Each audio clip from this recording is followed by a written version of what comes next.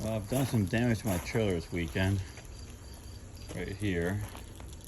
I gotta fix that, bend that back out. I gotta fix this tire that, I don't know if I put a hole in it.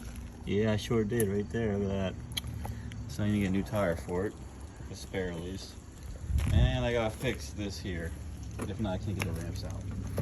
So I'll go ahead and do all that right now. Well, I got a tire off. I took the delivery, packing the bearing, taking all this hub off, cleaning the brakes, everything else. Now I'm putting the nut back on, get it nice and snug, not tight, and then put the new tire on and bang this out real quick. All right, so I got the spare tire on. Well, new tire, I gotta buy new ones. Fix that dent in the back there. I gotta fix that light a little bit, but I got this all cleared up. That opens back up, and I bought that as well. So she's all ready to tow another car. And I gotta stop hauling heavy concrete in this damn thing.